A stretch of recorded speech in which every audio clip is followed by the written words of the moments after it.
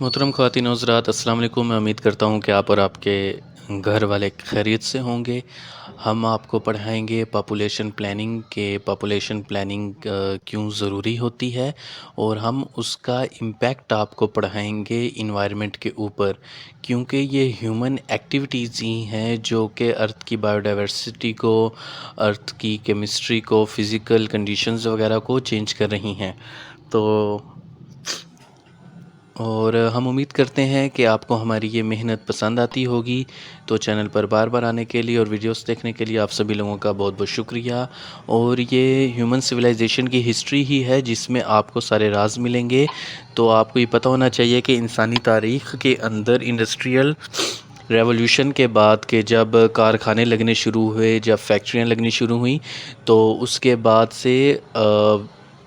ہر چیز کی ٹیکنالوجی میں امپرومنٹ ہوئی، اسی طرح ہیلتھ فیسلٹیز میں امپرومنٹ ہوئی، اور اس سے آبادی میں مسلسل اضافہ ہی ہوتا رہا۔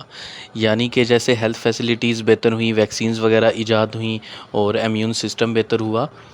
ویسے ہی پاپولیشن میں بھی اضافہ ہونے لگا۔ تو پاکستان کی جو پالیسی ہے پاپولیشن کی، وہ پہلی دفعہ لانچ ہوئی تھی جولائی 2002 کے اندر، جس کا ویژن یہ تھا کہ پاپولیشن ہمیں 2020 تک سٹیبلائز رکھنی ہے اور ہمیں کسی بھی طریقے سے اپنی پاپولیشن کو کنٹرول کرنا ہے۔ پاپولیشن پلاننگ کسی بھی کنٹری کے اندر بہت ہی زیادہ امپورٹنس رکھتی ہے، اور امپورٹنس رکھتی ہے اس کی اکنومی کے اندر، یعنی کہ اس کی معیشت کے اندر اس کا اہم کردار ادا ہوتا ہے۔ اگر ایک ملک کی پاپولیشن زیادہ ہے اور وہ ساری کی ساری پاپولیشن کریٹیو ہے اور پروڈکٹیو ہے، پھر تو وہ اس ملک کو فائدہ دے گی۔ لیکن اگر کسی ملک کی آبادی ہے، پاپولیشن ہے جو کہ ناکارہ ہے، اور ناکارہ اس طرح سے ہے کہ وہ فائدہ دینے کی بجائے الٹا نقصان دے رہی ہے، جیسے آپ پاکستانی معاشرے کے اندر دیکھ سکتے ہیں کہ گھر کے افراد میں سے چند ایک قابل ہوتے ہیں، ہنر رکھتے ہیں، اور باقی انہیں کے بلبوتے کے اوپر گزارا کر رہے ہوتے ہیں۔ تو اس طرح کیا ہوتا ہے کہ ایک فیملی کے اوپر پریشر پڑتا ہے، ان کی معاشی حالت کمزور ہوتی ہے، اور معاشی حالت کمزور ہونے کی وجہ سے ان کی معاشرتی حالت بھی کمزور ہوتی ہے۔ تو معاشی اور معاشرتی یعنی کہ اکنامک اینڈ سوشل،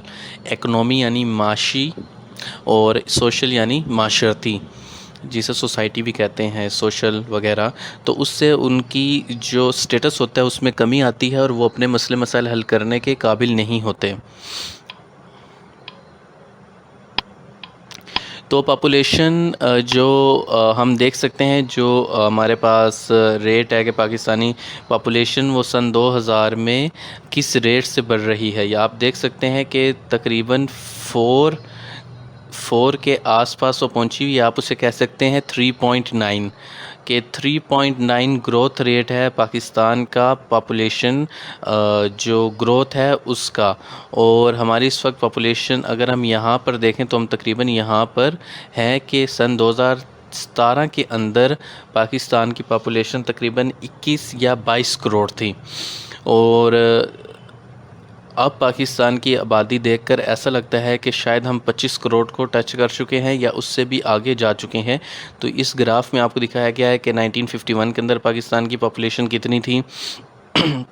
1961 کے اندر کتنی تھی، 1972 کے اندر کتنی تھی، 1981 کے اندر کتنی تھی، 1998 کے اندر کتنی تھی، اور 2017 کی جو سینسس تھی اس کے اندر کتنی تھی۔ ابھی حال ہی میں ڈیجیٹل سینسس بھی کروایا گیا ہے، تو اس کے بھی رزلٹس آپ انٹرنیٹ کے اوپر جا کر دیکھ سکتے ہیں۔ فیملی پلاننگ جو ہمارے پاس ہے، فیملی پلاننگ ایسوسی ایشن آف پاکستان، جو کہ ایک NGO تھی، یعنی کہ نان گورنمنٹل آرگنائزیشن تھی، وہ 1950s کے اندر بن چکی تھی، اور اس کے علاوہ 1990 کے اندر، 1997 کے اندر، سن 2000 کے اندر نیشنل پالیسی کا یہ حصہ بنا تھا، اور یعنی کہ نیشنل ہیلتھ پالیسی کے اندر اس کو کہا گیا تھا کہ اگر ہم آبادی کنٹرول کریں گے تو ہمارے پاس زیادہ ریسورسز ہوں گے عوام کی دیکھ بھال کرنے کے لیے۔ لیکن پاپولیشن پالیسی آفیشلی سن 2002 میں آئی تھی، اور ویژن اس کا یہ تھا کہ سن 2025 تک پاکستان کی آبادی کو کنٹرول کر کے رکھنا ہے، اور اکنامک گروتھ کرنی ہے سن 2025 تک، اور اس کے بعد پھر اگر آبادی بڑھے گی بھی تو ہم اس قابل ہوں گے کہ ہم اس کو اچھے طریقے سے سنبھال سکتے ہیں۔ تو یہاں آپ دیکھ سکتے ہیں کہ کس طریقے سے آبادی کو کنٹرول کیا جا سکتا ہے۔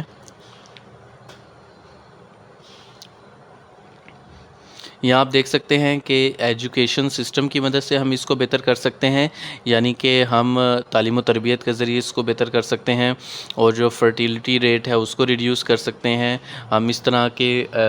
جو ایڈیشن ہوتے ہیں ہماری خوراک کے اندر وہ ڈال سکتے ہیں، جس سے میل اینڈ فیمیل فرٹیلیٹی میں کمی ہو سکتی ہے۔ تو جہاں ایک میل اور فیمیل 10 سے 12 بچے پیدا کرتے ہیں تو وہاں پر اس کو کسی طریقے 3 یا 4 پر لایا جا سکتا ہے۔ پھر فیملی پلاننگ پروگرامز کیے جا سکتے ہیں تاکہ بتایا جا سکے کہ آپ 1 سے 2 بچے پیدا کیجئے، ان کی اچھی تربیت کیجئے تاکہ وہ آگے جا کر ملک کو اور اپنی قوم کو اچھے طریقے سے سنبھال سکیں۔ اسرائیل اور پوری دنیا میں جو یہودی ہیں وہ چند کروڑ ہیں، لیکن پھر بھی ان چند کروڑ نے کوانٹٹی نہیں بلکہ کوالٹی کے اوپر کام کیا، اور آج ہم دیکھ سکتے ہیں کہ اسرائیل اور یہودی دنیا میں کتنے کامیاب ہیں، اور ہم مسلمان تقریباً 2 ارب کے قریب ہیں، لیکن پھر بھی ہماری حالت جو ہے وہ کافی زیادہ خراب ہے، کیونکہ ہم نے بچے پیدا کرنے پر تو زور دیا لیکن تعلیم و تربیت پر زور نہیں دیا۔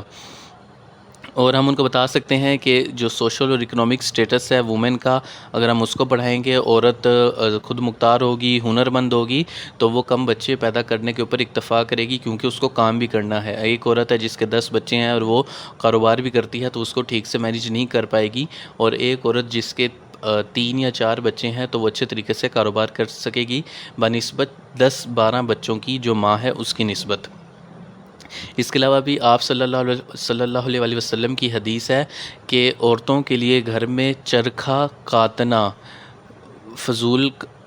کاموں سے بہتر ہے۔ حدیث کا یعنی کہ مفہوم بیان کیا ہے کہ آپ صلی اللہ علیہ وسلم نے فرمایا تھا کہ جو عورتیں ہیں وہ گھروں کے اندر اسمال انڈسٹریز لگائیں، جیسے کہ عورتیں گھروں کے اندر صابن بنا سکتی ہیں، سرف بنا سکتی ہیں، شیمپو بنا سکتی ہیں، اچار کی انڈسٹری اوپن کر سکتی ہیں، اور کپڑے اچھے طریقے سے بیچ سکتی ہیں، اور اس طریقے سے پرفیوم بنا سکتی ہیں۔ یعنی کہ ایک گھر کا اگر ایک پورشن اس منی فیکٹری کے لیے رکھ دیا جائے تو اس طریقے سے وہ جو عورتیں ہیں وہ پروڈکشن کے اندر بہت ہی اچھے طریقے سے کردار ادا کر سکتی ہیں۔ اور ہمارے سامنے جو سب سے بڑی مثال ہے وہ حضرت خدیجہ رضی اللہ تعالیٰ عنہا کی ہے۔ اور اگر اس کے علاوہ ہم جاب اپرچونٹی کو انکریز کریں گے تب بھی یہ سارے معاملات ہو سکتے ہیں، جیسے کہ ابھی گورنمنٹ آف پاکستان پچھلی 1 دہائی سے یعنی کہ پچھلے 10 سالوں سے اس چیز کے اوپر بہت ہی زیادہ زور دے رہی ہے کہ وومن کوٹا کے اوپر عورتوں کو لازمی طور پر نوکری دی جائے۔ اس کے علاوہ جو امپیکٹ آف پاپولیشن کا ہے وہ آپ دیکھ سکتے ہیں کہ وہ صحت کے اوپر ہوتا ہے۔ صحت کی اگر بات کی جائے تو اگر ہمارے پاس اناج ہے 100 لوگوں کو کھلانے کا اور کھانے والے 200 ہیں تو یقینی بات ہے کہ یہ بات بالکل 100% لاگو ہو جائے گی کہ ان کو نیوٹرینٹس نہیں مل سکیں گے، ان کو مکمل طور پہ carbohydrates, protein, fat, oil, vitamins, minerals نہیں مل سکیں گے، جس کی وجہ سے ان کے اندر ہیلتھ ایشوز پیدا ہوں گے اور کوئی بھی بیماری ان کو آسانی سے بیمار کر سکتی ہے۔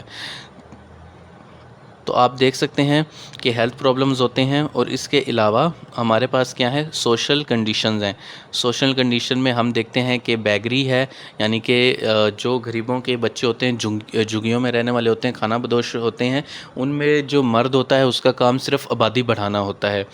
وہ چرس وغیرہ پہ، ڈرگز وغیرہ پہ لگا ہوتا ہے، اس نے اپنی بیوی کے اوپر ظلم کیا ہوتا ہے، اور اس کی بیوی پریگننٹ ہوتی ہے اور بھیک مانگ رہی ہوتی ہے، اور ساتھ اس کے 7-8 بچوں کی فوج ہوتی ہے، وہ بھی بھیک مانگ رہے ہوتے ہیں۔ اس کے علاوہ سمگلنگ ہے، سمگلنگ ان دیٹ سینس کہ یہ جو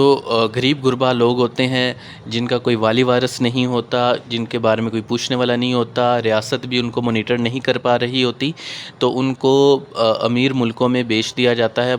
جیسے کہ آج بھی جو ڈارک ویب ہے وہاں پر اس طرح سے عورتیں اور مرد بیچے جاتے ہیں۔ اس کے علاوہ سمگلنگ میں کیا ہو جاتی ہے، ہیومن ٹریفکنگ کے علاوہ جیسے کہ آرگن کی سمگلنگ ہے، کہ کوئی جھگی والا ہے اس کو اغوا کر لیا، اس کا جگر نکال لیا، گردے نکال لیے، اس کی پوری باڈی کو خالی کر کے دفنا دیا، اور پھر بعد میں دیکھا کہ کون سا آرگن کتنے فیصد کام کر رہا ہے، اس ریٹ کے اوپر اس کو بیچ دیا۔ تو یہ سارا کچھ ہوتا ہے۔ اور جو ٹریفکنگ ہے وہ میں نے آپ کو پہلے بتا دیا کہ ہیومن ٹریفکنگ مطلب یہ ہے کہ ایک ملک سے دوسرے ملک ان کو بیچ دینا،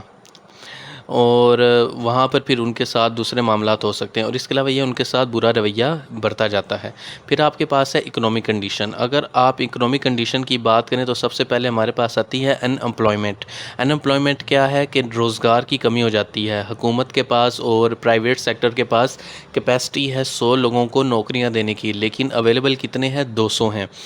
اور جو 100 ہیں ان کے پاس بھی اچھی سکلز نہیں ہے، تو اس طرح روزگار میں کمی آتی ہے۔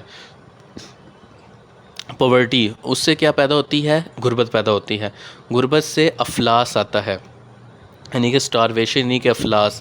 ایک غربت یہ ہوتی ہے کہ آپ کو دن میں کم سے کم ایک وقت کا کھانا مل رہا ہے اچھے سے، اور آپ اپنی زندگی گزار رہے ہو۔ سٹارویشن یعنی کہ افلاس وہ ہوتا ہے کہ جس کے اندر آپ فاقے کی حالت میں آ جاتے ہو، اور یہ چیزیں فردر لیڈ کرتی ہیں اور مسئلے مسائل کو، اور وہ لیڈ کرتے ہیں باقی مسئلے مسائل کو۔ اور جب ایک انسان بیکار ہوگا، اس کے پاس کرنے کے لیے اور کوئی کام نہیں ہوگا، اور وہ شادی شدہ بھی ہے، اور آپ کو پتہ ہے فرائیڈ نے کہا تھا کہ سیکس سب سے بڑا جذبہ ہے مرد عورت کے درمیان، اور قرآن بھی کہتا ہے، اللہ تعالیٰ نے قرآن میں فرمایا ہے کہ ہم نے مردوں اور عورتوں میں ایک دوسرے کے لیے شہوت رکھی ہے۔ تو جب میاں بیوی کا تعلق ہوگا، ان کے پاس کرنے کے لیے کوئی کام بھی نہیں ہوگا، تو اس سے وہ کیا کریں گے؟ صرف اور صرف آبادی ہی بڑھائیں گے۔ اس لیے آپ کو مصروف لوگوں کے بچے کم ملتے ہیں، اور غریب بچوں کی پوری کرکٹ ٹیم ملتی ہے۔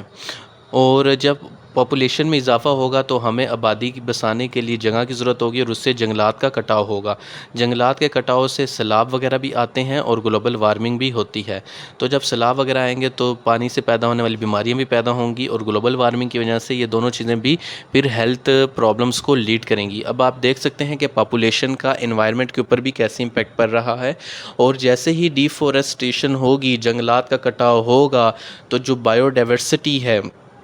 بایو ڈائیورسٹی مطلب کہ مختلف قسم کی سپیشیز، مختلف قسم کے جاندار ماحول میں پائے جاتے ہیں، اسے بایو ڈائیورسٹی کہتے ہیں۔ اور جتنے زیادہ قسم کے جاندار ہوں گے، اتنی ہی زیادہ بایو ڈائیورسٹی ہوگی، اتنا ہی زیادہ وہ ماحول خوبصورت ہوگا، اتنے ہی زیادہ وہاں پر نیچرل سائیکل اچھے طریقے سے ورک کر سکیں گے۔ تو ڈیفورسٹیشن کی وجہ سے بایو ڈائیورسٹی کے اوپر امپیکٹ پڑتا ہے، اور اس سے پھر گلوبل وارمنگ، کلائمیٹ چینج وغیرہ ہمیں دیکھنے کو ملتا ہے۔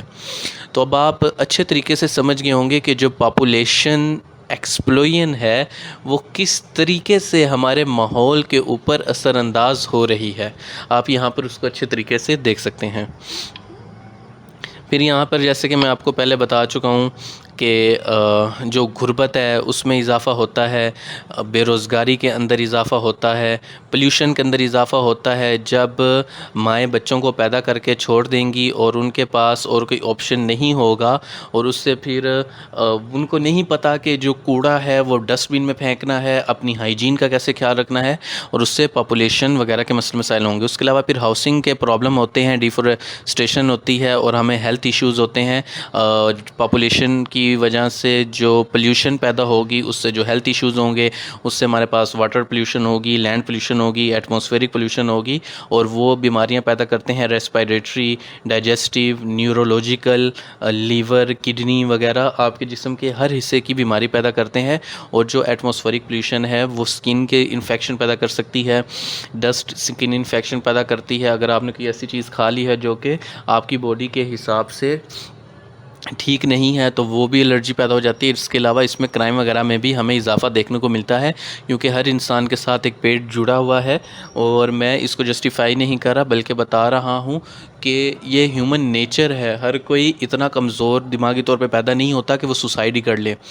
تو یہ ہیومن نیچر ہے کہ اس نے سروائیو کرنا ہے، اور اپنے سروائیو کرنے کے لیے جب اس کو کوئی راستہ نظر نہیں آتا اور وہ ٹھیک اور غلط میں تمیز نہیں کر پاتا، تو وہ جرم کی طرف جاتا ہے۔ تو آپ یہاں سے دیکھ سکتے ہیں کہ پاپولیشن ایکسپلین کے ہمارے انوائرمنٹ کے اوپر کس طرح سے امپیکٹ پڑتا ہے۔ اگر ہم فیملی پلاننگ کو دیکھیں تو اس سے مختلف چیزیں ہو سکتی ہیں، جیسے کہ انکریز ایجوکیشن ہو سکتا ہے۔ ہم یہاں پر دیکھ سکتے ہیں کہ اگر ہم اچھی فیملی پلاننگ کریں تو ہم اس سے ایجوکیشن کو انکریز کر سکتے ہیں، یعنی ایجوکیشن بڑھانے سے فیملی پلاننگ اچھی ہو جائے گی، عورتوں کو امپاور کر سکتے ہیں جیسے کہ اسلام نے کیا تھا۔ اور آج بھی آپ دیکھیں کہ عرب مسلمان آبادی میں پوری دنیا کے مسلمانوں کی نسبت کم ہے، اور امپروو کر سکتے ہیں انفینٹ ہیلتھ کو، اور پھر ہم امپروو کر سکتے ہیں مینٹل ہیلتھ کو فیملی پلاننگ کے ساتھ ساتھ۔ ہم HIV جیسی بیماریوں سے چھٹکارا حاصل کر سکتے ہیں، ہم اپنے ماحول کو محفوظ کر سکتے ہیں، اور ہم پارٹنرشپ پروگرام کو سپورٹ کر سکتے ہیں، یعنی کہ میاں بیوی مل کر کاروبار کریں، اور ہم غربت اور جو بھوک مری ہے، پاورٹی ہے، افلاس ہے، غربت ہے، اس سے چھٹکارا حاصل کر سکتے ہیں۔ آپ یہاں پر اس کو نوٹ کر سکتے ہیں۔ تو یہ انسانی حرص، ہوس اور لالچ ہی ہے جو اس قسم کے اقدامات کرواتا ہے کہ ہمارا ماحول گندا ہوتا ہے۔ انڈسٹریل ریولوشن اس کی ایک بڑی مثال ہے۔ اور میں آپ کو ایک اور بات بتاتا ہوں، BBC نے آج سے تقریباً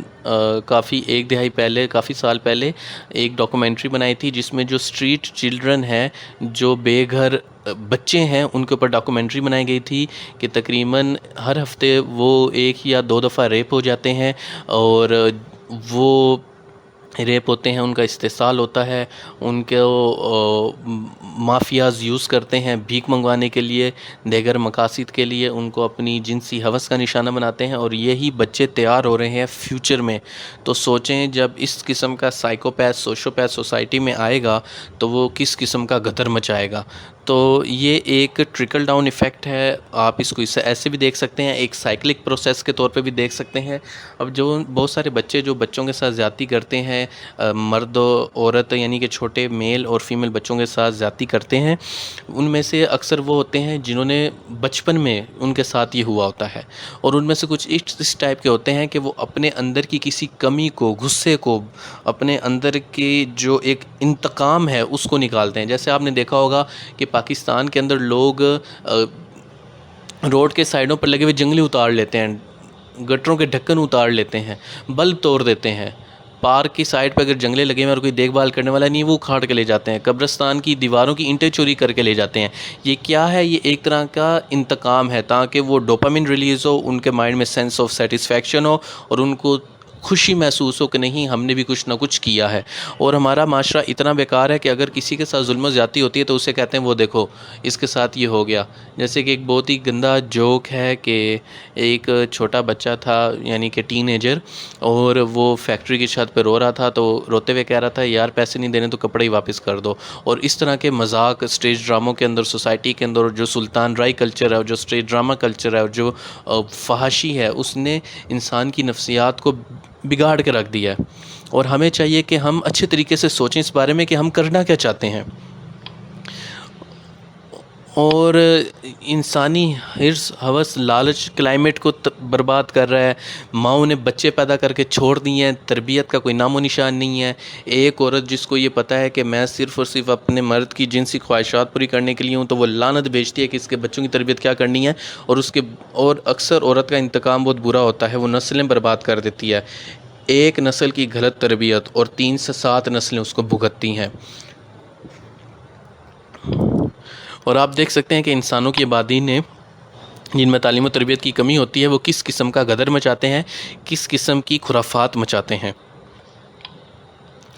یہ آج کا لیکچر تھا، میں امید کرتا ہوں کہ آپ لوگوں کو پسند آیا ہوگا، اور آپ کو ہماری محنت پسند آتی ہوگی۔ آپ چینل کو لائک، شیئر، سبسکرائب کریں۔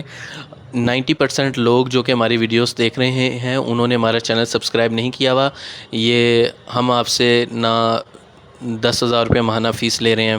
نہ ہم آپ سے پورے کورس کا 1.5 لاکھ روپیہ مانگ رہے ہیں۔ آپ سمجھ گئے ہوں گے میں کن بڑی بڑی اکیڈمیز کی بات کر رہا ہوں۔ نہ آپ کو ہاسٹل کی فیس دینی پڑ رہی ہے، کچھ بھی نہیں۔ آپ اپنے گھر میں آرام سکون سے بیٹھے ہمارا لیکچر دیکھ رہے ہیں، اور یہی ہماری کامیابی ہے، یہی میں کرنا چاہتا تھا۔ تو چینل پر بار بار آنے کے لیے اور ویڈیوز دیکھنے کے لیے آپ سبھی لوگوں کا بہت بہت شکریہ۔ ہم امید کرتے ہیں کہ آپ کو ہماری محنت پسند آتی ہوگی۔ تو چینل پر بار بار آنے کے لیے اور ویڈیوز دیکھنے کے لیے آپ سبھی لوگوں کا بہت بہت شکریہ۔ اللہ حافظ۔